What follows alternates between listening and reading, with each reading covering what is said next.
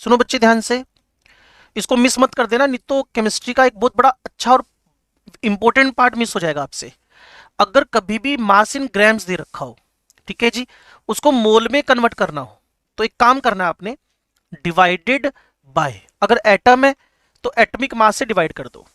Atom मतलब chlorine है, Cl है, F है, Br है, I है, गोल्ड है, तो उसके एटॉमिक वेट से। अगर मोलिक्यूल है, H2O है, सुक्रोज है, ग्लूकोज है, मोलिक्यूल है, तो मोलिकुलर वेट से डिवाइड कर दो, तो मास किस में बदल जाएगा? मोल में। हाँ, अगर मोल दे रखे हो, मोल को वापस मास में चेंज करना हो तो वही हरकत वापस कर डालो, बस मल्टीप्लाई कर देना। कुछ पता चला मैंने क्या कहा? सो गए यार, इतना अच्छा बैच था ऐसी हरकत कर रहे हैं, इतना बढ़िया बैच फिर भी ये हरकत। कोई हाँ ना में आंसर दे दो। मास को अगर मोल में चेंज करना हो तो एटॉमिक वेट से डिवाइड, और मोल को वापस मास में बदलना हो तो मल्टीप्लाई। वॉल्यूम दे रखा हो, volume, NTP STP volume of the gas, ये टर्म सिर्फ गैस पे लगेगी, उसको मोल में बदलना हो तो डिवाइडेड बाय 22.4 लीटर। अगर ये लीटर में दे रखा है, अगर वो मिलीलीटर में दे रखा है, तो आपको भी पता है 22,400 मिलीलीटर कर देना।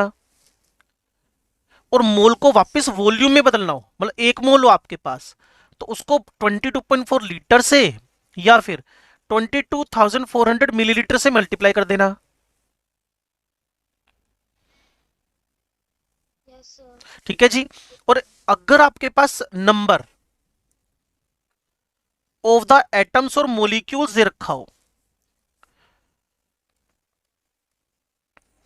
या आयंस दे रखा हो, उसको वापस मोल में कन्वर्ट करना है, तो डिवाइडेड बाय एवोगैड्रो नंबर।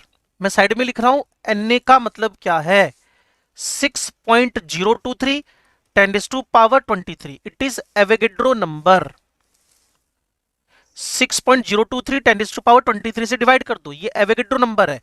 किसी भी सबस्टांस के 1 मोल में, मान लो मैं बोलूं 1 मोल, 1 मोल मोबाइल, तो समझते हो क्या मतलब निकला? 1 मोल मोबाइल का मतलब तुम्हारे पास 6.023 10⁻23 मोबाइल है। 1 मोल मार्कर, ये पेन, क्या मतलब निकला? 6.023 10⁻23 पेन है। क्लियर? तो 1 मोल में 6.023 10⁻23 स्पीसीज होंगी। तो अगर आपको नंबर शंबर दे रखा हो किसी भी स्पीसीज का, तो एवोगैड्रो से डिवाइड मार दो, और मोल दे रखे हो उसके, तो इनटू एवोगैड्रो कर दो। किसी को ये बात समझ ना आए तो इसका एक सिंपल वाला वर्जन और बता देता हूं जी मैं आपको। जल्दीबाजी कोई नहीं है, क्योंकि ये चैप्टर अगर आपको 3 दिन भी मिलते हैं तब भी खत्म हो जाता है आराम से, क्वेश्चन वोश्चन करने के बाद। तो मेरे साथ टिके रहना, लेकिन आपको क्वेश्चन वेरी फर्स्ट डे से करने पड़ेंगे बच्चे, इसके वेरी फर्स्ट डे से। ये मोल लिखा जी, अगर मास दे रखा है,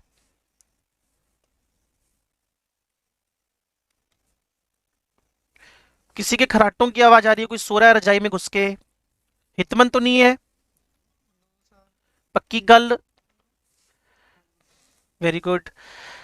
mass of substance in grams divided by, अगर एटम है तो एटॉमिक वेट, और मोलिक्यूल है तो मोलिकुलर वेट। ठीक है जी। दूसरा और करके, अगर उसने आपको एनटीपी एसटीपी वॉल्यूम दे रखा है गैस का,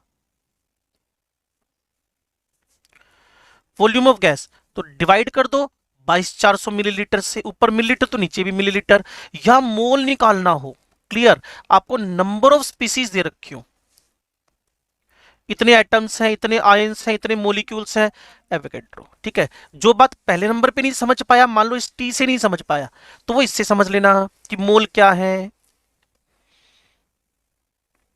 क्यों जी? Yes sir. पहले तो हमारे दिमाग में मोल के बारे में आना चाहिए। हाँ, अगर 1 मोल एटम्स हो तो इसको हम एक और टर्म में बोल सकते हैं, 1 ग्राम एटॉमिक वेट। 1 ग्राम एटम्स भी लिख सकते हो। क्लियर? 1 ग्राम एटॉमिक वेट, तो 1 mole of atoms is equal to 1 gram atomic weight, और 1 gram atomic weight is equal to 1 mole. और अगर 1 मोल मोलिक्यूल्स हो बच्चे, ये ना एक दूसरा तरीका है इसको बोलने का, बस तो आप बोलोगे 1 ग्राम मोलिकुलर वेट। मैंने आपसे कहा आपके पास ना 2 ग्राम एटम्स, सुन रहे हो, 2 gram atoms of the silver है, तो आप कहोगे मेरे पास 2 मोल सिल्वर है। ये लो जी, मैं एग्जांपल से क्लियर करता हूं। If we have 2 gram atoms of silver, अगर आपके पास 2 ग्राम एटम ऑफ सिल्वर है तो इसका मतलब क्या निकला, you have the 2 moles of silver atoms. मैंने आपसे बोला 2 ग्राम मोलिक्यूल्स ऑफ वाटर है, अब तो आप भी मेरे को सपोर्ट कर सकते हो, 2 मोल ऑफ वाटर है। तो अगर कहीं फंस जाओ 2 ग्राम एटम्स देखकर, आपने कहा 2 ग्राम एटम ना ना, ग्राम एटम को हटाओ, वहां मोल लिख दो, तो क्या बन गया, 2 मोल ऑफ द सब्सटेंस। ठीक है जी, इतनी बात समझ में आती है। अब यह एक छोटी सी बात और सीखेंगे, कॉन्सेप्ट ऑफ एएमयू। तुम तो स्ट्रक्चर ऑफ एटम वाले बच्चे हो। Concept of AMU, concept of atomic mass unit, concept of the AMU. सुनना भी ध्यान से। तुम तो, अगर तुम्हें सोडियम बोला मैंने, सुनना बच्चे ध्यान से, सोडियम में कितने प्रोटॉन कितने न्यूट्रॉन, 11 प्रोटॉन है और 12 न्यूट्रॉन है। सुन पाए मैंने क्या कहा, इसका 11 एटॉमिक नंबर है, 23 इसका मास नंबर है। मैं concept of atomic mass unit आपके दिमाग में डालने की कोशिश कर रहा हूं। एटॉमिक मास यूनिट एएमयू, आजकल तो इसको सिंपल यू ही लिखने लग गए। 11 यू, 11 एएमयू बोलते ही नहीं, 11 यू। तो अगर मैंने आपसे कहा 11 सोडियम 23 का मतलब क्या है, तो आप बोलेंगे इसके अंदर 11 प्रोटॉन है 12 न्यूट्रॉन है। Is it? प्रोटॉन न्यूट्रॉन का मास अप्रोक्सीमेट बराबर है, mass of proton is approximate equal to the mass of neutron.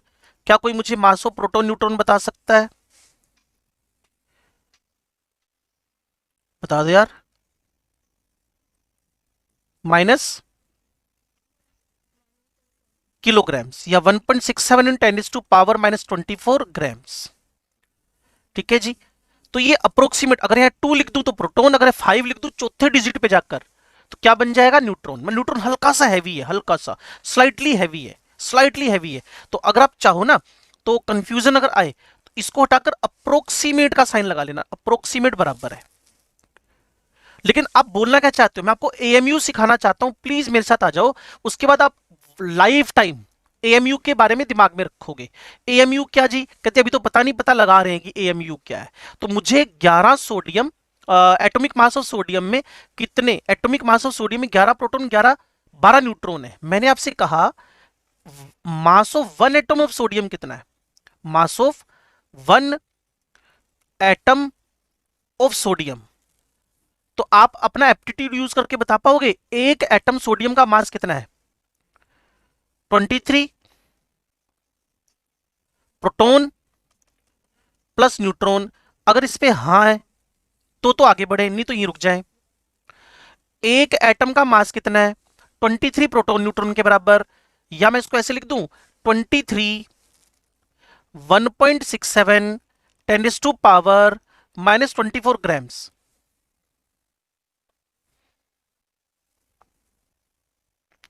एक सोडियम को अगर आप वेइंग करवाओगे तो आपके पास एक सोडियम 23 इंटू 1.67 इन 10 कहां बच्चे, क्योंकि दोनों का मास लेकर के एक का मास कितना है? नहीं टोटल 23 प्रोटॉन न्यूट्रॉन है पुत्र। वो फिर वेट प्रोटॉन और न्यूट्रॉन का। नहीं नहीं, मैंने ये लिखा है 23 प्रोटॉन न्यूट्रॉन्स। अगर प्लस आपको कंफ्यूजन दे रहा है, और हो सकता है दे भी रहा हो, आपकी लाइन को मैं ऐसे समझ लेता हूं, एंड, ठीक है, ओके। 23 प्रोटॉन्स एंड न्यूट्रॉन्स, तो टोटल 23 है ना बच्चे वो, तो 23 यहां लिख दिया। प्रोटॉन न्यूट्रॉन मास तो 1.67 इन 10⁻⁻24 ही है ना। आप ऐसा कर सकते हो, लो, आपको इस पे कंफ्यूजन है तो मैंने इसको फिर डिलीट कर दिया यहां से, लो, ठीक है। मैंने पता कैसे लिख दिया, मास ऑफ 11 प्रोटॉन 12 न्यूट्रॉन। अब तो ठीक है, ठीक है। तो ये हो जाएगा आपके पास 11 1.67 इंटू 10⁻⁴, तो कुल मिलाकर होना तो वही है क्या, 23 इंटू 1.67 10⁻⁻24 ग्राम्स, इज इट? अगर किसी को डाउट है तो पूछ सकता है, आराध्या नंबर कितने आए, कितनी देर बाद पकड़ में आए हो तुम? 135 से 140, अच्छा 140, 13 नंबर का इंप्रूवमेंट है। चलो अगली बार ये 13-15 नंबर का इंप्रूवमेंट और होना चाहिए, क्योंकि एक 12वीं क्लास का चैप्टर है 11वीं का, अभी तक तुमने सिर्फ 11वीं सीखी है, अब 12वीं आ जाएगी तुम्हारे पास ना। चलो कोई चक्कर नहीं है, 140 नंबर अगर पीएमटी में आते हैं ना, 600 का स्कोर है टोटल। आराध्या, ओ आराध्या, 600 है स्कोर टोटल, ओके। चलो mass of one atom of sodium, इतनी बात समझ में आ रही है? 23 इंटू 1.67, में बड़ा स्लो चल रहा हूं बच्चे, सिर्फ आपके दिमाग में परमानेंटली इन चीज को डालने के लिए। अब सुनो, मैंने 23 इंटू 1/Na लिख दिया इसको, ये वाला जो है ना 1 डिवाइडेड बाय एवोगैड्रो नंबर, इसको सोल्व किया 10⁻⁻23, इसको सोल्व किया 10⁻⁻24। अगर आपको पता चला कि 1/Na मास ऑफ प्रोटॉन को ही तो इंडिकेट कर रहा है, और इस 1/Na को ही आपने क्या लिख दिया, 23 AMU। तो अगर इस गेम को फाइनल टच दे रहे हो, फाइनल टच, ऊपर वाला सारा का सारा डिलीट करना है, खत्म करना है, तो 1 AMU is equal to 1/Na is equal to mass of proton और द मास ऑफ न्यूट्रॉन। ये फाइनल टच है। अगर किसी को सिर्फ एक लाइन में काम चलाना है तो ये टारगेट करके इसको सीख लो। अगर दिक्कत आ रही हो तो मेरे से वापस डिस्कशन कर सकते हो। फिर दोबारा बता दो। सारा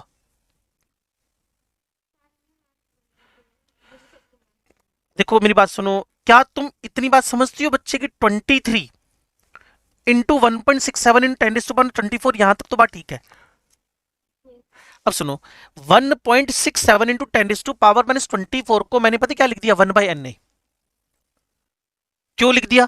क्योंकि 1/Na की वैल्यू 1.67 है, 1 बटा एवोगैड्रो, सोल्व किया 1/6.167, 10⁻23 10⁻⁻23 सोल्व करके 1.67 10⁻24, तो 1.1/Na 1/Na किसके बराबर है, 1.67, तो मैंने इसको रिप्लेस कर दिया इससे,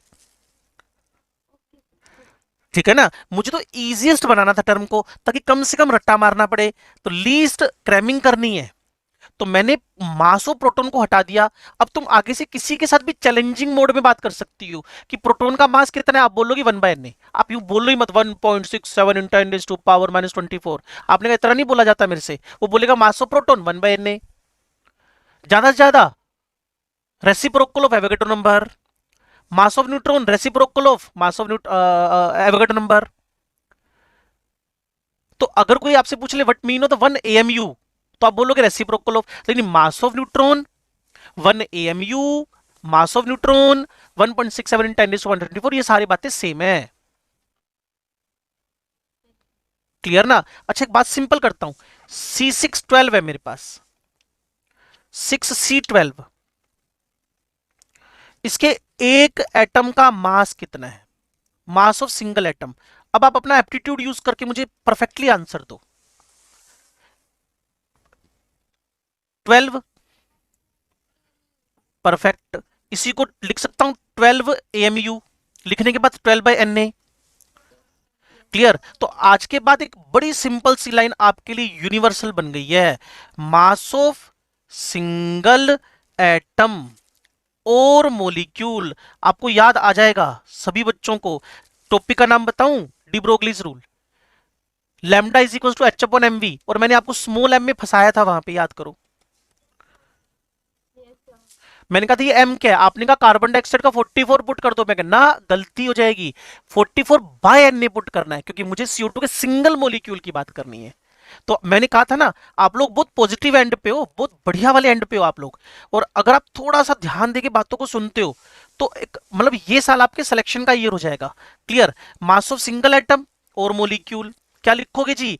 एटॉमिक वेट और molecular weight divided bye Avogadro number. ठीक है, 5 क्वेश्चन पूछ रहा हूं, बिना सॉल्यूशन के जवाब देना है। 5 क्वेश्चन पूछ रहा हूं, बिना सॉल्यूशन के जवाब देना है। सॉल्यूशन नहीं बनाना, मतलब एंड सिर्फ हिंट बतानी है। आपने क्या करना है, mass of 100 atoms of carbon, 100 atoms of carbon, mass of 100 atoms of carbon, दसो जी फटाफट। 100 एटम्स। ठीक है, अगला question, mass of 25 atoms of sulphur,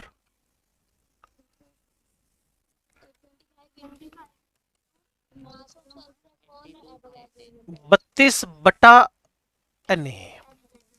ठीक है जी, चलो शुक्र, आप इंटरेक्ट तो करने लगे कम से कम। बैच आपका मैंने पहले कहा था अच्छा बैच है। लो जी, अब मुझे आपने बताना है mass of 10⁻³ atoms of silver.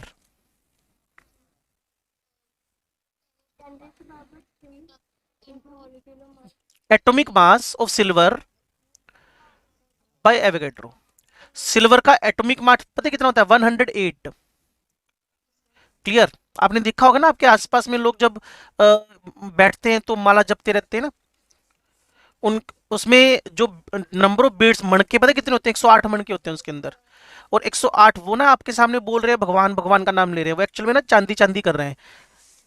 एक एक माला पूरी होती है चांदी, फिर एक चांदी, फिर दूसरी चांदी। अब बता, कह मत देना मम्मी मारेगी तुम्हें या तुम्हारी दादी अम्मा मारेगी। क्लियर। बस मन में रखना इस बात को। सिल्वर का एटॉमिक वेट 108 है। वो जितनी भी वो माला घुमा रहे हैं ना, 108 108, वो चांदी चांदी कर रहे हैं, चांदी चांदी चांदी। ओए बोलना मत जाके उनको है ना। नितिका, तुमने बोलना नहीं है गलती से भी, है ना, कि दादी तुम चांदी चांदी कर रही हो, नहीं गलती से भी नहीं। तो सिल्वर का एटॉमिक वेट 108 है। ठीक है, चलो। तो इस तरीके से आप mass of single atom, mass of 100 atoms, mass of 10⁻³ atom, ये सब निकाल सकते हो, इजीली निकाल सकते हो। ठीक है, तो मेरा जो मेन टारगेट था, एएमयू क्या, 1/Na, mass of proton, mass of neutron. बच्चे बड़ा काम आएगा फिजिक्स में 12वीं क्लास का।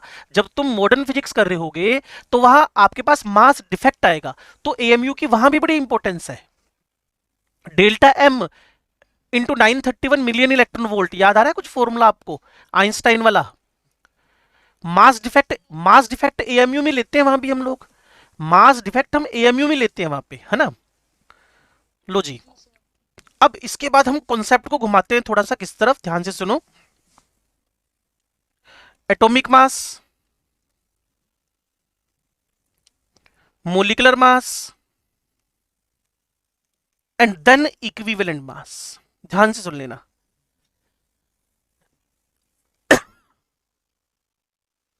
Atomic mass, molecular mass, equivalent mass, और सबसे पहले मैं इंपॉर्टेंट वाली टर्म शुरू करूंगा, इक्विवेलेंट, वेट या मास। ठीक है, ईडब्ल्यू, इक्विवेलेंट वेट और मास, इक्विवेलेंट वेट और मास। ध्यान से सुनना। सबसे पहले इसकी डेफिनेशन पे आते हैं जी। कितना भी मैं धीरे चल लूं, इस चैप्टर की थ्योरी ज्यादा खिंचती नहीं है। डेफिनेशन, डेफिनेशन सबसे पहले बात शुरू कर रहा हूं, ध्यान से सुनोगे। आपने बोलना क्या है? It is a mass of an element, mass of an element which can, एक स्पीकर थोड़ा सा माइक, अमित का माइक शायद गड़बड़ है शायद ना, अमित का ही है, हाँ। Mass of an element which can reacts और डिस्प्लेसेस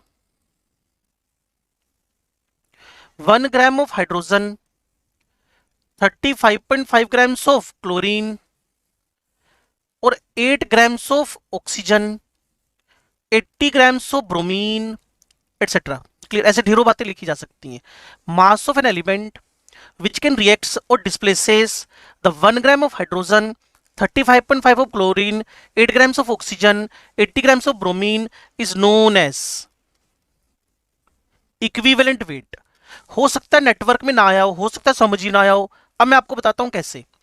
CCl4 में कार्बन का मुझे इक्विवेलेंट वेट निकालना है। CCl4 में मुझे कार्बन का इक्विवेलेंट वेट निकालना है। वैसे तो आसान तरीका है, पता है कैसे? एटॉमिक वेट में 4 का डिवाइड मार दो, आंसर आ जाएगा सीधा। आपको पता है atomic what is the equivalent wait? Atomic weight bye valency. What is the equivalent weight of the atom? Equivalent weight of the atom atomic weight divided by valency. तो अभी कार्बन CCl4 मैं आपको definition के accordingly लेके जा रहा हूं, सुनो। 12 प्लस 35.5 इंटू 4 क्लियर है, इज इक्वल टू होता है 154। ठीक है, लेकिन अभी आपने देखना है ये कार्बन है ये क्लोरीन है। जल्दीबाजी मत करना बच्चे, नहीं तो आप ही को नुकसान होएगा। मैं बड़ा धीरे धीरे चल रहा हूं, मुझे पता है मैंने इस काम को लगातार भी खींचते जाना है तो भी मेरे को ज्यादा टाइम नहीं लगेगा। क्लियर? अब सुनो, originally 35.5 grams of chlorine react कितने से कर रहा है? 12 ग्राम कार्बन से कर रहा है ना, 35.5। और आपको डेफिनेशन के अकॉर्डिंगली 35.5 ग्राम जो इसका एग्जैक्ट इक्विवेलेंट वेट है, atomic weight bye 1। What is the equivalent weight of chlorine? उसका एटॉमिक वेट 35.5 डिवाइडेड बाय 1। तो 35.5 ग्राम्स कितने कार्बन से रिएक्ट करेगा? 12 35.5 4 इंटू 30, ये हो गया बड़ा सिंपल सा लंबा वाला मेथड। ये से कट गया, 12/4 आ गया, इज इक्वल टू 3 आ गया। ये इसका इक्विवेलेंट वेट निकल आया। तो मैं तो आपसे पहले ही कह रहा था कि इतना तामझाम करने से अच्छा है कि हम क्या करें, सिंपल इसके एटॉमिक वेट में 4 का डिवाइड मार दें। बच्चे कहेंगे फिर इतना तामझाम किया क्यों आपने? डेफिनेशन समझाने के लिए। अब मैं डेफिनेशन को फिर बोलता हूं। मास ऑफ एन एलिमेंट, यहां पता है क्या बोला? 3 grams of carbon, mass of an element 3 grams of carbon react with 35.5 grams of the chlorine. Definition हो गई। तो उसका 3 इक्विवेलेंट वेट हो गया और उसका 35.5 इक्विवेलेंट वेट हो गया। अच्छा, एक और एग्जांपल देता हूं। Fe2O3 56 into 2 plus 16 into 3। ठीक है जी। अब मुझे पता है ये आयरन है ये ऑक्सीजन है, और आप स्मार्ट हो, क्या करोगे? 48 grams of the oxygen reacts with 112 grams of iron. तो अब डेफिनेशन की नकल कौन था? 8 ग्राम डेफिनेशन में। और what is the equivalent weight of chlorine? Oxygen 16/2। किसी भी एलिमेंट का इक्विवेलेंट वेट कैसे निकलता है बच्चे? Atomic weight bye valency. Clear? तो 8 ग्राम कितने से रिएक्ट कर रहा है? कहते जी 112 डिवाइडेड बाय 48 इंटू 8, ये कट गया, 112 बाय 6 आ गया, 56 बाय 3 आ गया। Clear? 18.67 equivalent weight of iron आ गया। ये लंबे मेथड की जगह एक आसान तरीका भी था कि equivalent weight of iron atomic weight 56 divided by valency, तो 18.67 आपके पास आ ही जाना था।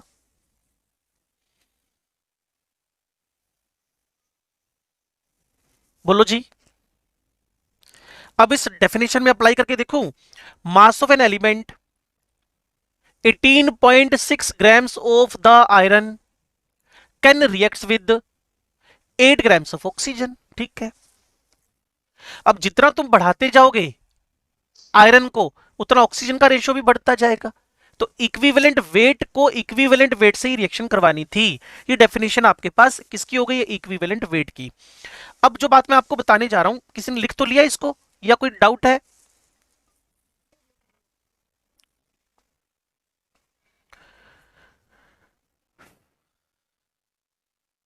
आगे बढ़ू?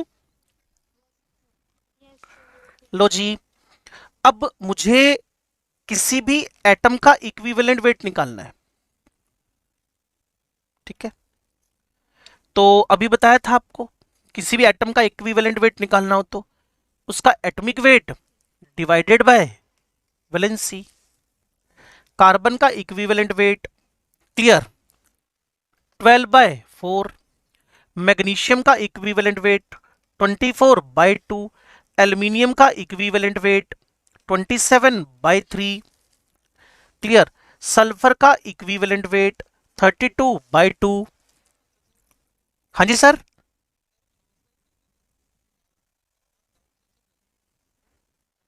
नहीं होगा, नहीं फिर टेस्ट का डिस्कशन कर लेते हैं ना, चलो ठीक है जी, ठीक है जी। नहीं अगर सर लगाना चाहो तो पेपर का डिस्कशन हो जाएगा ना, बच्चे चाहेंगे तो।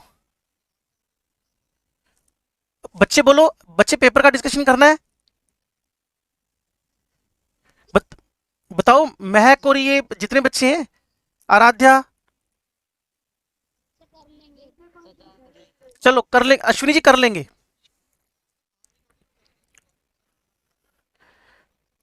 ठीक है मैं समझ गया। 1:25 पे ना। हाँ बच्चे देखो इधर, कार्बन का atomic weight by valency, atomic weight by valency, atomic weight by valency, atomic weight divided by valency, ये एटम का हुआ। चलो जी, अब एसिड का इक्विवेलेंट वेट बच्चे सीख लेना, नहीं तो आप परेशान होगे। चैप्टर का नाम सॉल्यूशन, सॉल्यूशन में मोलैरिटी, नॉर्मेलिटी, फॉर्मेलिटी ढेरों टर्म आएंगी, वहां परेशान हो जाओगे। एसिड का equivalent weight molecular weight divided bye, very good, basicity. और बेसिसिटी का मतलब क्या है, how many protons will be donated. Clear है। मान लो आपने इक्विवेलेंट वेट निकालना है किसका, HCl का। मान लो आपने इक्विवेलेंट वेट निकालना है HCl का, तो मोलिकुलर वेट बाय 1, H2SO4 का मोलिकुलर वेट डिवाइडेड बाय 2। ये इन्वेस्टमेंट हो रहा है बच्चे, मैं तो कर रहा हूं, मैंने आपको पहले भी बोला था, आपके बैच के साथ एक बहुत बहुत पॉजिटिव चीजें पता है क्या हो रही हैं। अच्छे अच्छे चैप्टर पहले राउंड में, atomic structure, chemical bonding, periodic table, mole concept, इतने बढ़िया बढ़िया चैप्टर हो रहे हैं आपके। S3PO2, S3PO3, H3PO4,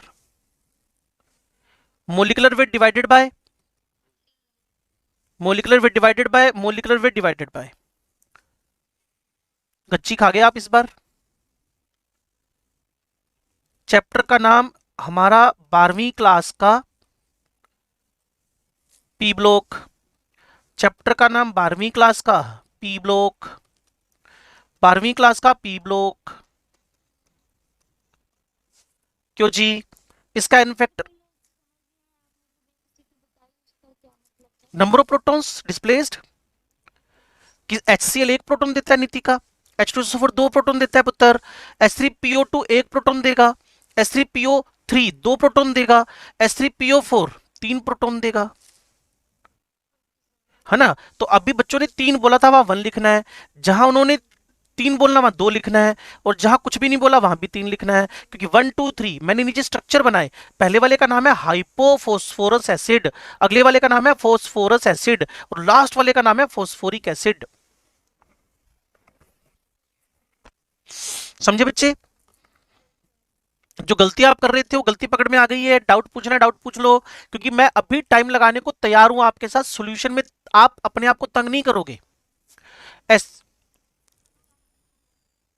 H3PO2 बच्चे O से जुड़ा हुआ, इलेक्ट्रोनेगेटिव एलिमेंट से जुड़ा हुआ H डिस्प्लेसेबल है, इलेक्ट्रोनेगेटिव एलिमेंट से जुड़ा हुआ H डिस्प्लेसेबल है। फॉस्फोरस से जुड़ा हुआ H कभी भी डिस्प्लेसेबल नहीं होता, एसिडिटी में पार्टिसिपेशन नहीं करता। फ्लोरीन से जुड़ा, ऑक्सीजन से जुड़ा, नाइट्रोजन से जुड़ा, ट्रिपल बॉन्डेड कार्बन से जुड़ा, ये सारे एसिडिक नेचर में, प्रोटोन नेचर के होंगे, पॉजिटिव नेचर के होंगे। फॉस्फोरस से जुड़ा हुआ H डिस्प्लेस नहीं हो सकता, आयोनाइज नहीं हो सकता, प्रोटोन का काम नहीं कर सकता, तो इसीलिए इसमें एक ही प्रोटोन डिस्प्लेसेबल है, इसमें 2 प्रोटोन डिस्प्लेसेबल है, इसमें 3 प्रोटोन डिस्प्लेसेबल है। अच्छा ये कार्बोनिक एसिड बताना, carbonic acid molecular weight divided bye, कार्बनिक तो आसान ही है, इसको तो देख, टू बच्चे, टू टू टू, ये है कार्बोनिक एसिड टू। ये तो पेप्सी कोक के अंदर ही होता है, फेंटा, पेप्सी कोक है, सोडा वाटर जिसको बोलते हो तुम लोग, कार्बोनिक एसिड ही तो है। क्यों भाई, ये समझे इस बात को? चलो एसिडिक एसिड में बताना, एसिडिक एसिड में।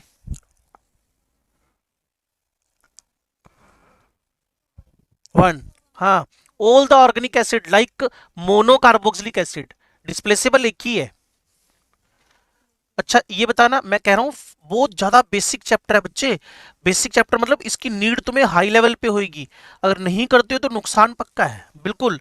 इसका नाम है ऑक्जेलिक एसिड। हाँ जी हाँ जी, टू ही लिखा है बेटा, ऑक्जेलिक एसिड, ऑक्जेलिक एसिड है ये, इसका एन फैक्टर 2 है, तो इसका इक्विवेलेंट वेट होएगा मोलिकुलर वेट डिवाइडेड बाय 2। अच्छा जी, पेज आगे ले जाऊं मैं? कर लो जी कर लो। H2SO4, इनके नाम लिख लेना भाई, पहले वाले का नाम है हाइपोफोस्फोरस, दूसरे वाले का नाम है फोस्फोरस, तीसरे वाले का नाम है फोस्फोरिक।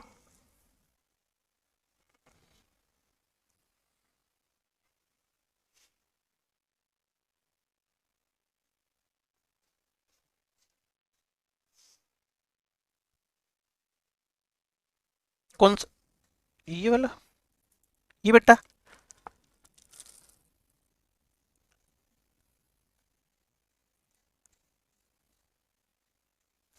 फिर एक्टिविटी होती है फॉस्फोरस। हाँ जी फोस्फोरस, फोस्फोरस।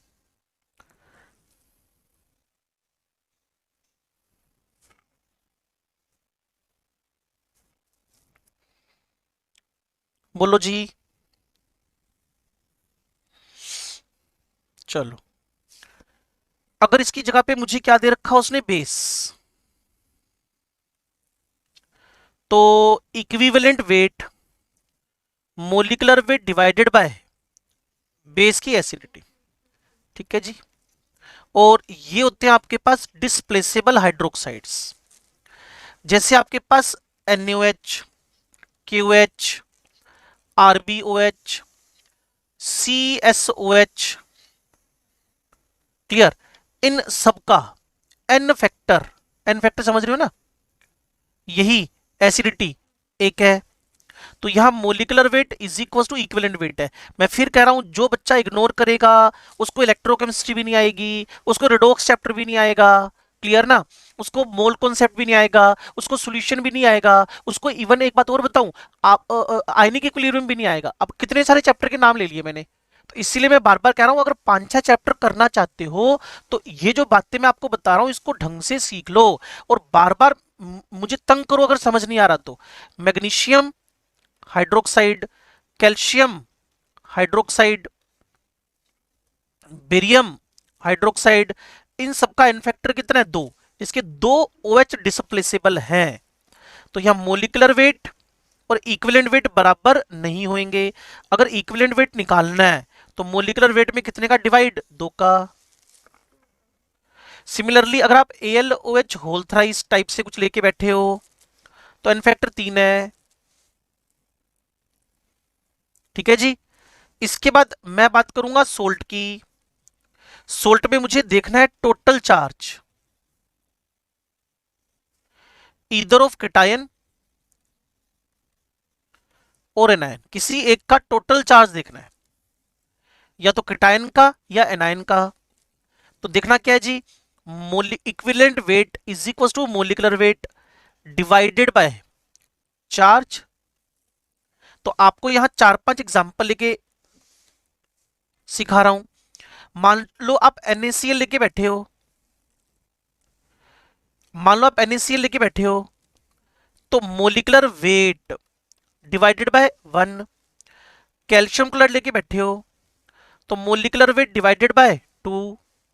एल्यूमिनियम क्लोराइड लेके बैठे हो तो मोलिकुलर वेट डिवाइडेड बाय 3। मान लो आप लोग SiCl4 की बात कर रहे हो तो मोलिकुलर वेट डिवाइडेड बाय 4। मान लो आप लोग इस जगह पे Al2O3 की बात कर रहे हो तो मोलिकुलर वेट डिवाइडेड बाय,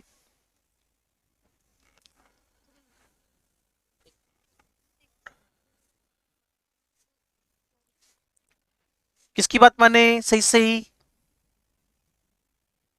3 या 6? 6। ठीक है, टोटल चार्ज।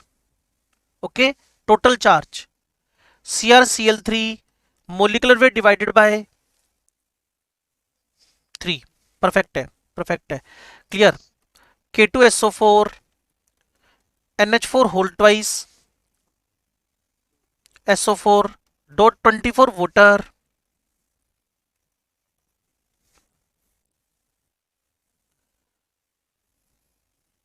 यहां एक थोड़ा चेंज है, यहां हल्का सा चेंज है, इसको मैं एलएम में बदल रहा हूं। K2SO4 Cr2SO4 whole thrice dot 24 voter.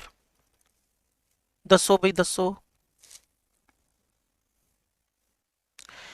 ये क्रोम एलम है बच्चे, सूडो एलम्स भी बोलते हैं इनको, क्रोम एलम है ये, सूडो एलम भी बोलते हैं। बता दे यार, इसको फोकस करो, स्मार्ट बच्चे हो, सारे सारे बढ़िया वाले बच्चे हो।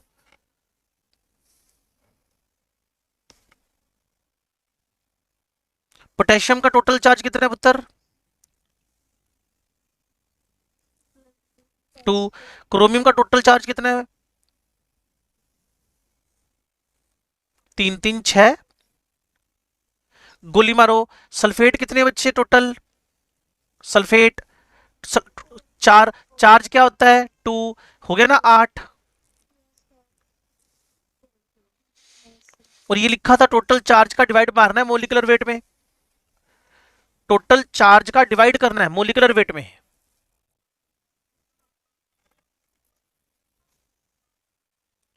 एल्यूमिनियम +3 है बच्चे, और 2 एल्यूमिनियम होंगे तो 6 होएगा पुत्र। एल्यूमिनियम +3 है, 2 एल्यूमिनियम का 6 हो गया।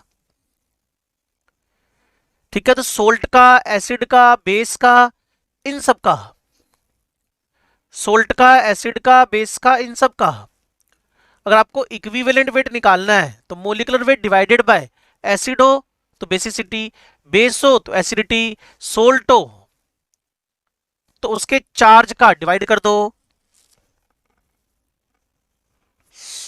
बच्चे क्लियर हुई ये बात? अच्छा एक बात और बताओ, सोडियम मेटा एल्यूमिनेट,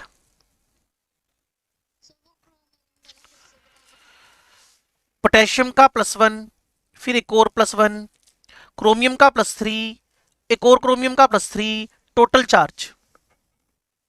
ऐसे नहीं सीखना तो और तरीका भी है हमारे पास। सल्फेट का -2 कितनी बार? 4 बार, तो भी क्या हो गया? -8। और यहाँ क्या हो गया? +8। हमें तो कैटायन में से किसी एक का चार्ज चाहिए। सर जो कि मॉलिक्यूलर वेट है उसमें हम वाटर का भी ऐड करेंगे ना ये तो आयन नहीं है ना बच्चे। हाँ मोलिकुलर वेट में इसका भी ऐड करोगे, ये तो श्योर है। मोलिकुलर वेट तो कंप्लीट, हाँ हाँ हाँ परफेक्टली। 18 × 24 ये तो ऐड करोगे करोगे बच्चे आप, लेकिन डिवाइड आप सिर्फ चार्ज का करोगे, इधर कैटायन और एनायन। पानी से आयन नहीं बनते ना। अब ठीक हो गया बच्चे? इसका बताना था आपने मेरे को, molecular weight divided bye 1। Is it, is it? ये Na कैटायन, ना ना एक ही आएगा बच्चे, क्योंकि इसके 2 आयन बनते हैं। ये है Meta aluminate. P block elements में भी सीखते हो, मेटलर्जी में भी सीखते हो, बॉक्साइट की मेटलर्जी, एल्यूमिनियम निकालना। तो ये जब इसको आयोनाइज किया ना बेटा तो Na+ बना और NaAlO2- बना। तो मुझे तो चार्ज से मतलब था, इधर कैटायन और एनायन। तो कैटायन का चार्ज कितना है? +1, एनायन का कितना है? -1। तो मैंने मोलिकुलर वेट डिवाइडेड बाय क्या कर दिया? 1। सर अगर हमने ऐसे देखना हो जैसे सोडियम का प्लस होता है 1+1 हाँ तो एल्यूमिनियम उसका +3 भी होता है, वो टोटल +4 हो रहा है। रिजल्ट माइनस भी होता है, वो टोटल -4 हो रहा है। आपकी बात मैंने सुनी और अच्छी भी लगी, लेकिन मेरे को अब अच्छी इसलिए नहीं लग रही क्योंकि मैंने क्या कहा था, total charge of cation anion. जब आपने पानी में NaCl डाला तो Na+Cl- बना, पानी में कैल्शियम क्लोराइड डाला तो कैल्शियम +2 2 क्लोराइड बने। AlCl3 डाला तो माइन्यूटली Al+3 3 क्लोराइड बने, SiCl4 डाला तो माइन्यूटली सिलिकॉन +4 4 क्लोराइड बने, Al2O3 डाला तो 2 एल्यूमिनियम +3 3 ऑक्साइड बने, क्रोमियम क्लोराइड डाला तो 3 1 क्रोमियम 3 क्लोराइड बने, पानी में जब Lm डाला तो 2 पोटेशियम 3 2 क्रोमियम +3 बने, और जब आपने NaAlO2 डाला तो 1 सोडियम और 1 AlO2- बना। तो मैं एल्यूमिनियम को सोडियम के साथ क्यों जोड़ूंगा? बात क्लियर हुई? तो इसीलिए मैंने आपको पीछे बिल्कुल सिंपल वे में समझाया था, जो कैटायन एनायन बने उनका मुझे टोटल चार्ज रिक्वायर्ड है। लो जी, अब मेरे पास है during the acid base reaction equivalent wait. अब देखो इक्विवेलेंट वेट कोई छोटी मोटी चीज नहीं है, बहुत बढ़िया वाला कॉन्सेप्ट है। During acid base reaction, during acid base reaction मुझे इक्विवेलेंट वेट सीखना है ड्यूरिंग एसिड बेस रिएक्शन। तो मैं आपको 3 रिएक्शन लिख के बता रहा हूं।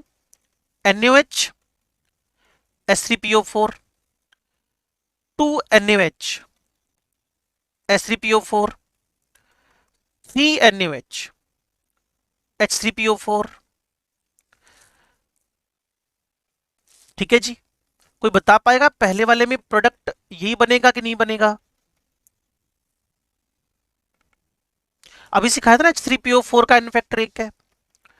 दूसरे वाले में प्रोडक्ट ये बनेगा। हितमन सो रहे हो बच्चे? हितमन तो गायब भी हो गया। क्लास वेरी गुड बच्चे। ओके ओके ओके, हाँ बोलो बच्चे, किसकी आवाज है? ਕਿਹੜਾ ਪਿੱਛੋਂ ਸਾਰਾ?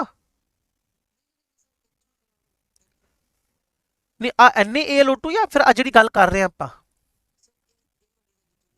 हाँ अदा दस नहीं है बच्चे, हजे तो हमें सिर्फ रिएक्शन करवा रहे हैं। एक्चुअल में क्या हुआ, NaOH ने एक OH दिया है तो इसका एक H रिएक्ट करेगा, बाकी सेम रह गया।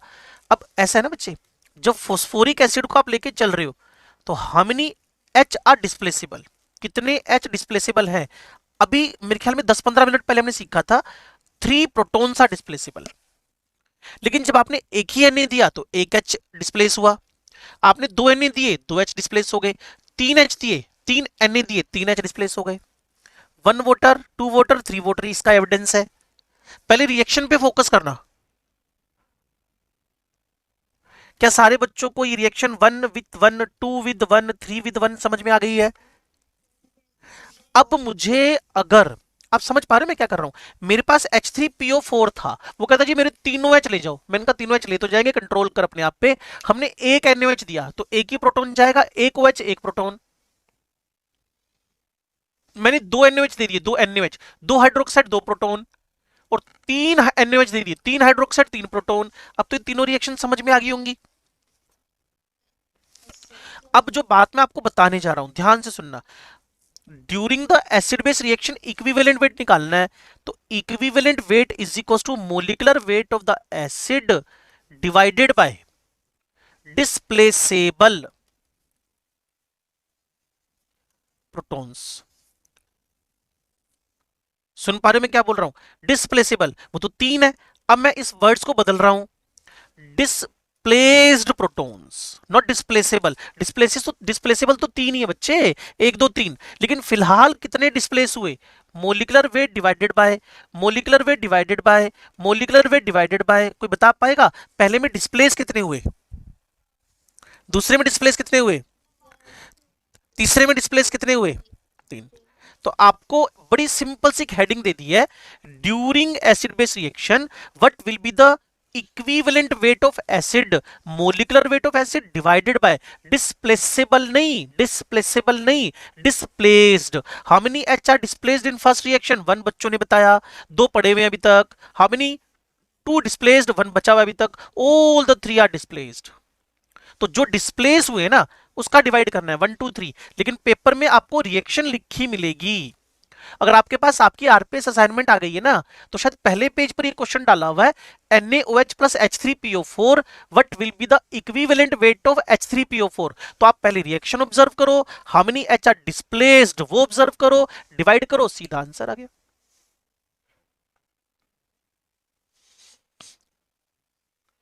बोलो जी।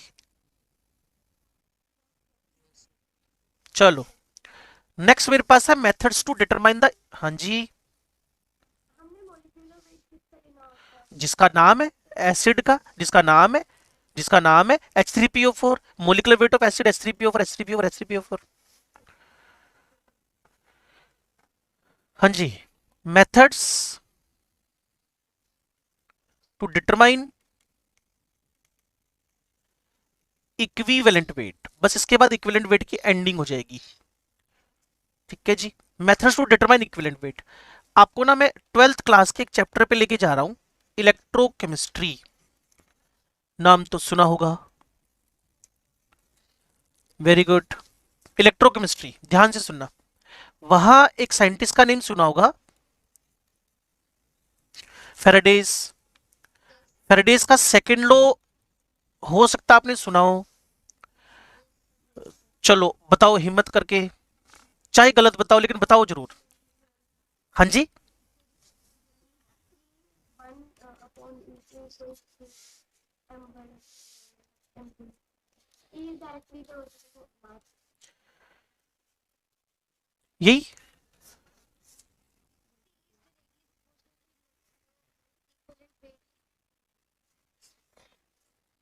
ई तो खुद इक्विवेलेंट वेट है पुत्र।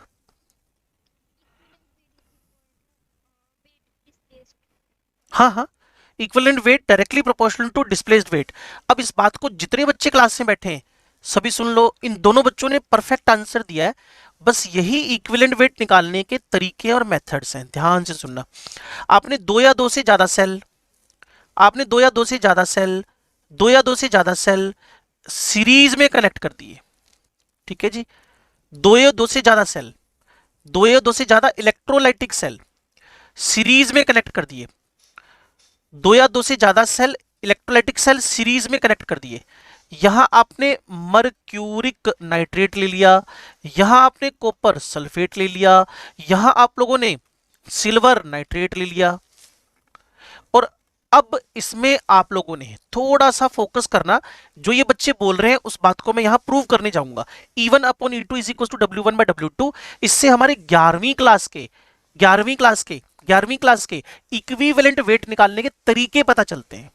सुनो मेरी बात को ध्यान से।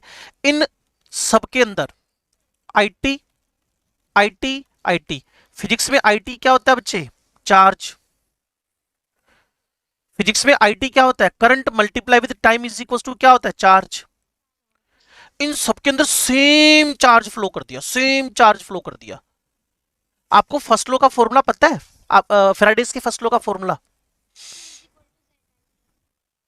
Q इज इक्वल टू या W इज इक्वल टू, है ना?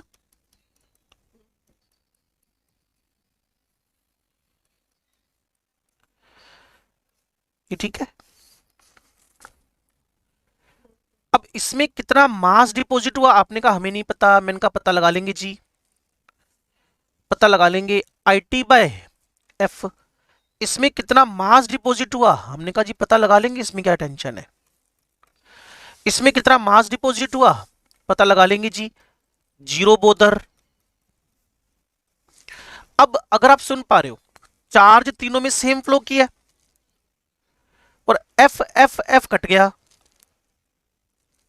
जिसका इक्विवेलेंट बिट इतना ज्यादा है, जिसका इक्विवेलेंट बिट इतना ज्यादा है, जिसका इक्विवेलेंट बिट इतना ज्यादा है, उतना ज्यादा क्या हो जाएगा? मास डिपॉजिट हो जाएगा। इसको पूरा लाइन बोल के बताऊं, 12वीं क्लास का second law of the electrolysis.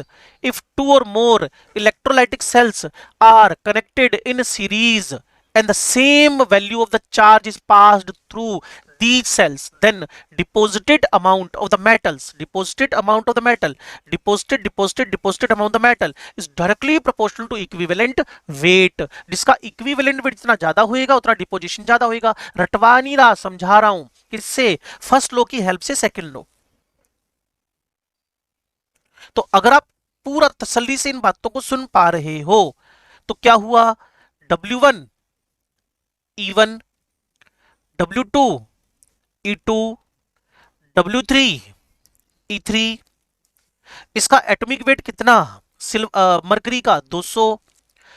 Valency कितनी 2, इसका एटॉमिक वेट कितना 63.5, वैलेंसी कितनी 2, सिल्वर का एटॉमिक वेट आज बताया था 108, वैलेंसी कितनी 1, तो सबसे ज्यादा डिपोजिशन किसका हुआ, सिल्वर का, फिर किसका हुआ मरकरी का, फिर किसका डिपोजिशन हुआ कॉपर का। ये डिपॉजिटेड अमाउंट्स है, लेकिन डिपॉजिटेड अमाउंट से हमें क्या लेना है, हम तो कह रहे हैं कि अगर आपके पास दो इलेक्ट्रोलाइटिक सेल्स हैं, मेटल्स के इक्विवेलेंट वेट पता है तो उनका डिपॉजिटेड अमाउंट पता चल जाएगा, और अगर डिपॉजिटेड अमाउंट पता है तो इक्विवेलेंट वेट पता चल जाएगा। ये है हमारे काम की बात।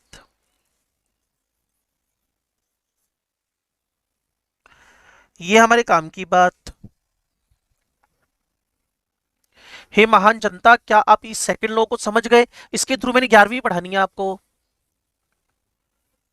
जिन बच्चों ने जवाब दिए कि इक्विवेलेंट वेट जितना ज्यादा होएगा उतना डिपोजिशन ज्यादा होएगा, अगर सेम चार्ज सेम टाइम तक, सेम करंट सेम टाइम तक फ्लो करते रहते हो, तो फिर आप देखते हो कैथोड पे कितना डिपोजिशन हुआ। आपने कहा मुझे नहीं पता, मैंने कहा पता है, क्यों नहीं पता, इक्विवेलेंट वेट पता लगा। कहते जी इक्विवेलेंट वेट 100 है मरकरी का, गोल्ड एजी का 31.75 है, और जो आपका सिल्वर है उसका 108 है, तो ज्यादा डिपॉजिट कौन हुआ, जिसका इक्विवेलेंट वेट जितना ज्यादा है। तो इसको इसको इसको फंडामेंटल बनाकर आगे बढ़ने वाले हैं। अगर आप इस पे यस बोल रहे हो तो मेरे काम की बात को मैं आगे लेकर जाऊंगा, बाकी सारा डिलीट कर दो चाहे आप। इस पेज को सारे को रब कर दो, बस ये बचा के रख लेना E1/E2 W1/W2। हे महान जनता, क्या आप इन बातों को समझ गए तो मैं आगे बढ़ूं? चलो अच्छी बात है। तो अब मैं डिफरेंट मेथड्स बताने जा रहा हूं, मेरे साथ टिके रहना और बात को समझना। पहला method hydrogen displacement method. E1/E2 W1/W2। लो जी, E यहां किसी भी एलिमेंट का, यहां E हाइड्रोजन का, यहां वेट किसी भी एलिमेंट का, यहां वेट हाइड्रोजन का। इक्विवेलेंट वेट ऑफ एलिमेंट का फॉर्मूला, जिसको आपने 11वीं क्लास की किसी भी बुक से रट्टा मारा है, जिसको आपने 11वीं क्लास की किसी भी बुक से रट्टा मारा है, अब रट्टा नहीं मारना। E of the element is equal to mass of the element divided by mass of hydrogen. अब अगर आप मेरी थोड़ी हेल्प कर पाओ तो इक्विवेलेंट वेट ऑफ हाइड्रोजन कितना होता है? आप मेरी हेल्प नहीं कर रहे। 1, बिल्कुल परफेक्ट। तो ये आपके पास हाइड्रोजन डिस्प्लेसमेंट मेथड से इक्विवेलेंट वेट का फॉर्मूला निकल आया। लेकिन जो बच्चे जानना चाहते हैं कहां से आया, वो यहां से आया, और जो बच्चे इसको लेकर ओवर कॉन्फिडेंट हो जाएंगे वो हमेशा फायदे में रहेंगे। अब देखो सेकंड मेथड का नाम लिख रहा हूं और तुम अपने आप ही ओवर कॉन्फिडेंट हो जाओगे, जिसको क्या बोलते हैं, क्लोरीन डिस्प्लेसमेंट मेथड। मैंने क्या लिखना है, E1/E2 W1/W2 equivalent weight of the element, जिसके बारे में हम बात करेंगे, equivalent weight of the chlorine, mass of the element, mass of the chlorine. ठीक है बच्चे। अब मैं formula E of the element, clear, फॉर्मूलों के रट्टे थोड़ी मारोगे यार, रट्टे मारने पड़ गए फिर फायदा क्या हुआ पढ़ने का। मास of the element divided by mass of the chlorine, और क्लोरीन का इक्विवेलेंट वेट में आप मेरी हेल्प कर पा रहे हो। अभी तो बताया था 35.5।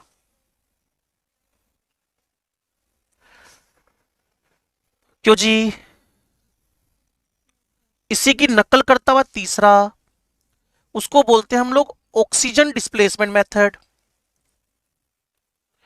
सीधे फॉर्मूला लिख दूं इसका, बेस्ड E1 E2 पे ही है, equivalent weight of the element ऊपर mass of the element,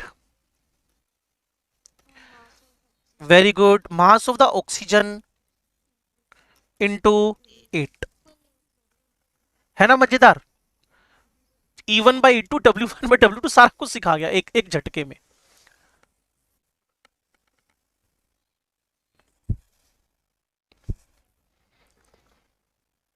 mass of element by mass of hydrogen into 1, mass of element by mass of chlorine into 30। मैं इन तीनों को अलग अलग सिखाता, आपका सर दर्द खड़ा हो जाना था। मैंने सपोर्ट ले लिया सेकंड लॉ का। मैं तो 11वीं में भी सेकंड लॉ करवा देता हूं बच्चों को, मतलब उसने 12वीं पढ़ी नहीं है अभी तक, 11th का बच्चा है, मैंने कहा कर लो, कोई चक्कर नहीं है, काम तो आसान ही है। 3 इलेक्ट्रोलाइटिक सेल सीरीज में रखने हैं, तीनों में same IT IT IT flow करना है। आईटी आईटी कट गए, एफ एफ कट गए, जिसका इक्विवेलेंट वेट जितना ज्यादा उतना ज्यादा डिपोजिशन हो गया, सिंपल सी कहानी है।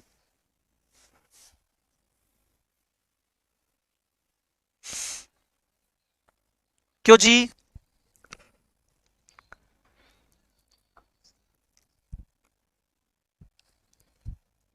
थक गए लगता है।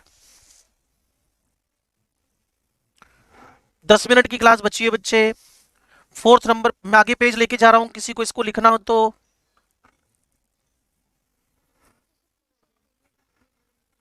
ठीक है जी।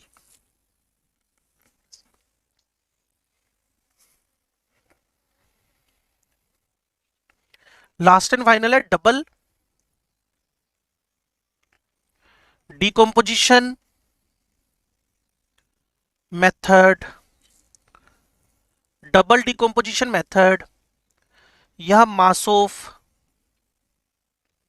Salt 1, mass of salt 2, equivalent weight of salt 1 divided by equivalent weight of salt 2। Generally इसमें होता क्या, मैं आपको थोड़ा सा आइडिया दे देता हूं। मान लो एक अननोन एलिमेंट है, ठीक है जी, उसका नाइट्रेट आपके पास, उसका रिएक्शन करवा दिया NaCl के साथ, और इसमें MCl का एक प्रेसिपिटेट आ गया और सामने NaNO3 आ गया, तो वो आपसे पता क्या करेगा, इसका मास दे देगा आपको, इसका भी मास दे देगा आपको, ये दोनों के दोनों गिवन होंगे, मास 1 मास 2 गिवन होंगे। तो बड़ी स्मार्टली आपने हैंडल करना है। W1 बाय W2 तो पुट कर दोगे,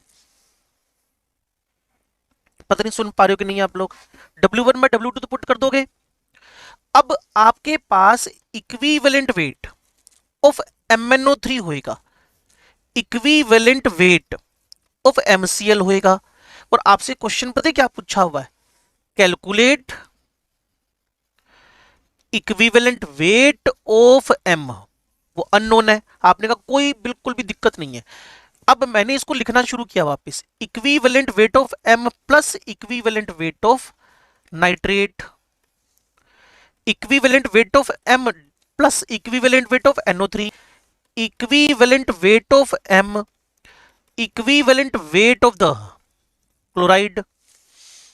आपको पता है यहां मेरे को M1 M2 तो पता ही, W1 बाय W तो पता ही थे, ये तो पेपर में गिवन था, ये तो पेपर में गिवन था, ये X हो गया। नाइट्रेट, कोई बता पाएगा नाइट्रेट का इक्विवेलेंट वेट कितना होगा?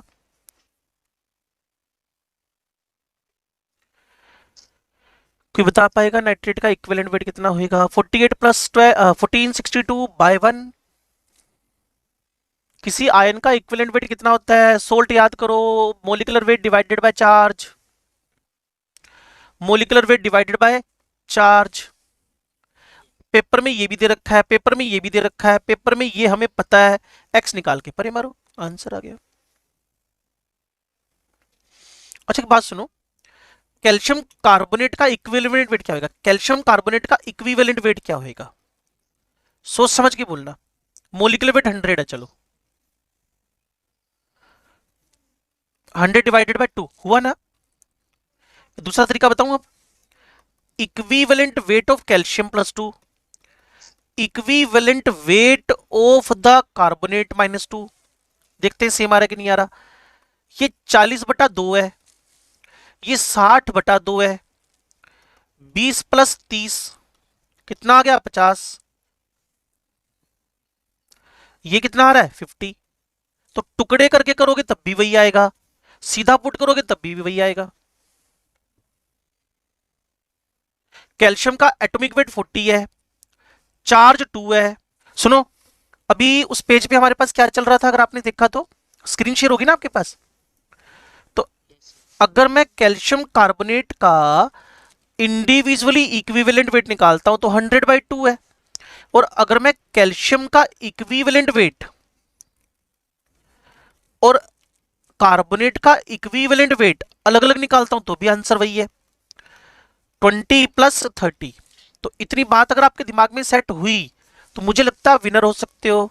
ये इक्विवेलेंट वेट निकालने के जितने भी मेथड्स थे हमने सारे के सारे डन कर लिए। अब है मेरे पास 5 मिनट, जिसमें मैं आपको एटॉमिक वेट और मोलिकुलर वेट में लेकर जाऊंगा।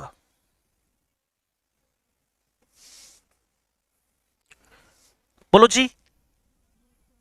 चलो, now discussion about atomic weight. सबसे पहले क्या आनी चाहिए, डेफिनेशन।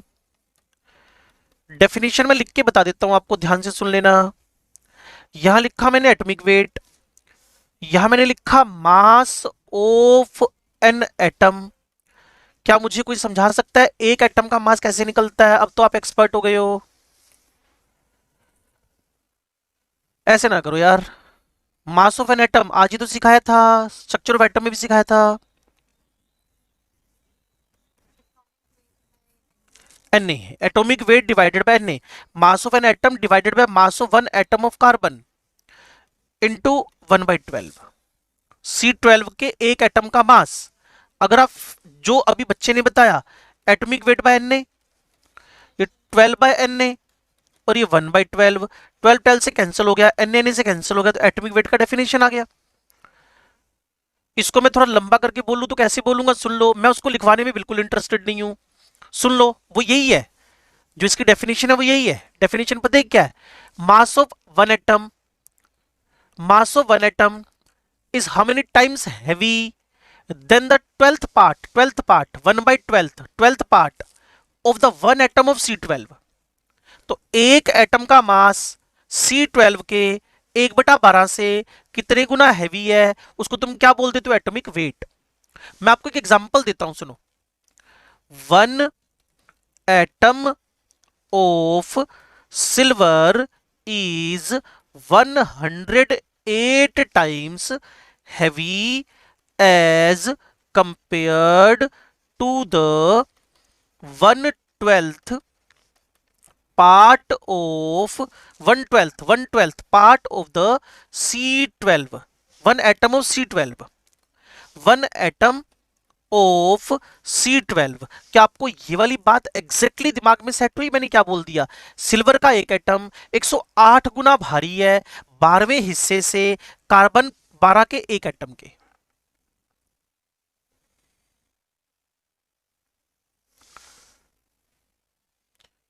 लगता थक गए हो, जल्दी थक गए बच्चे। ओए, सारी छोड़ छोड़ के चले गए क्या? आपकी डेफिनेशन समझे मैं क्या बोल रहा हूं? एटॉमिक वेट का डेफिनेशन क्या हुआ?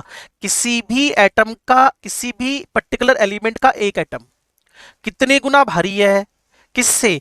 12th part of one atom of C12। उसको हमने एटॉमिक वेट का डेफिनेशन दे दिया है। तो ये डेफिनेशन कंप्लीट करने के बाद अब हमें मेथड्स पे एंट्री करनी है, methods to find the atomic weight, फिर molecular weight, methods to find the equivalent weight नहीं, methods to find the atomic weight. सबसे पहला मेथड आपका जाना पहचाना, जिसको आपने पढ़ा हुआ है, ड्यूलोंग एंड पेटिट मेथड। सुना बच्चे इसके बारे में कभी? झूठी बोल दो चलो। ड्यूलोंग एंड पेटिट मेथड, सब शांत है, सच में थक गए लगता है तो ना। ड्यूलोंग पेटिट मेथड बच्चे ध्यान से सुनना। इन दोनों भाई साहब ने ना मिलकर एक एफर्ट किया, ड्यूलोंग एंड पेटिट ने। इन्होंने ना जो मेटल्स थे ना, मेटल्स, उनकी स्पेसिफिक हीट का नाम तो सुना हुआ है? Heat needed to increase the temperature of 1 gram of substance by 1 degree, is it? 1 gram substance का 1 डिग्री टेम्परेचर बढ़ाना है, जितनी हीट की नीड है उसको हम लोग स्पेसिफिक हीट बोलते हैं। तो इन भाई साहब ने पता है क्या किया, atomic weight of the element को स्पेसिफिक हीट से मल्टीप्लाई कर करके देखता रहा, 1 2 3 4 5 6 7 8 9, ऐसे कई सारे डेटा कलेक्ट किए भाई साहब ने। तो उसने देखा सबका एटॉमिक वेट और स्पेसिफिक हीट का मल्टीप्लाई अप्रोक्स 6.4 आता है। ये ड्यूलोंग पेटिट रूल है, ये ड्यूलोंग पेटिट का ऑब्जर्वेशन है। मैं फिर बता दूं आपको क्या बोल रहा हूं मैं आपसे। उसने कहा एटॉमिक वेट और स्पेसिफिक हीट का मल्टीप्लाई अप्रोक्स 6.4 आता है, it is the Dulong Petit rule, Dulong Petit law, Dulong Petit का ऑब्जर्वेशन है ये। अब पता है क्या होएगा, आप क्वेश्चन समझ गए, पेपर में क्वेश्चन क्या आएगा, वो आपको ना स्पेसिफिक हीट दे देगा किसी भी एलिमेंट की, उसका एटॉमिक वेट पूछ लेगा, तो आप क्या करोगे, 6.4 में डिवाइड मार दोगे, स्पेसिफिक हीट का एटॉमिक वेट आ जाएगा। आपको यहां इस फॉर्मूले पे अपना ऑब्जर्वेशन रखना है। इन भाई साहब ने ढेरों डेटा कलेक्ट किए, atomic weight specific heat, atomic weight specific heat, atomic weight specific heat, सबको मल्टीप्लाई करता गया। किसी का 6.35 आ रहा था, किसी का 6.39 आ रहा था, किसी का 6.28 आ रहा था, उसने एवरेज निकाल के बोल दिया इट इज 6.4।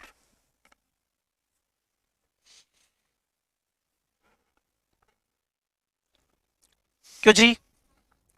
इसके बाद की कहानी अब थोड़ी सी अब लंबी चलेगी ड्यूलोग पेटिट में। पहला काम होता है अप्रोक्स एटॉमिक वेट निकालना, फिर अगली कहानी में फिर अगली क्लास में बताऊंगा आपको। क्लियर? मतलब इसके बाद जो 1:25 में मिलेंगे ना हम लोग, उसमें हम लोग पेपर के जो भी 7-8 डाउट होंगे वो डिस्कस कर लेंगे। फिर आपको लगता है टाइम आपके पास बचेगा 10 मिनट और बचेंगे डिस्कशन के बाद, तो फिर हम मोल कॉन्सेप्ट के पहले पन्ने के क्वेश्चन कर लेंगे बुकलेट के। एनर्जी रखो बच्चे, एनर्जी, एनर्जी के बगैर काम नहीं बनना। डॉक्टर बनने वाले हो, भाग भाग के काम करना पड़ेगा। किसी का ऑपरेशन करते टाइम पता चला कि थोड़े से लेजी हो गए, यार कोई बात नहीं यार, थोड़ा सा ब्लड चलने दे, आधे घंटे बाद आता हूं मैं, बाद में चला बंदा निकल लिया है। एनर्जी रखनी पड़ेगी, नहीं तो मारते वो था लोग बाग, किसी किसी के घर वाले को अगर आपने मार दिया ना, मान लो किसी के फैमिली का बंदा मर मुर गया, तो मारते वो था लोग बाग। ऐसी थोड़ी डॉक्टरों को पिटाई होती है, वो थोड़े से लेजी हो जाते हैं बीच में, जैसे भी तुम लोग लेजी हो रहे हो ना पढ़ते पढ़ते।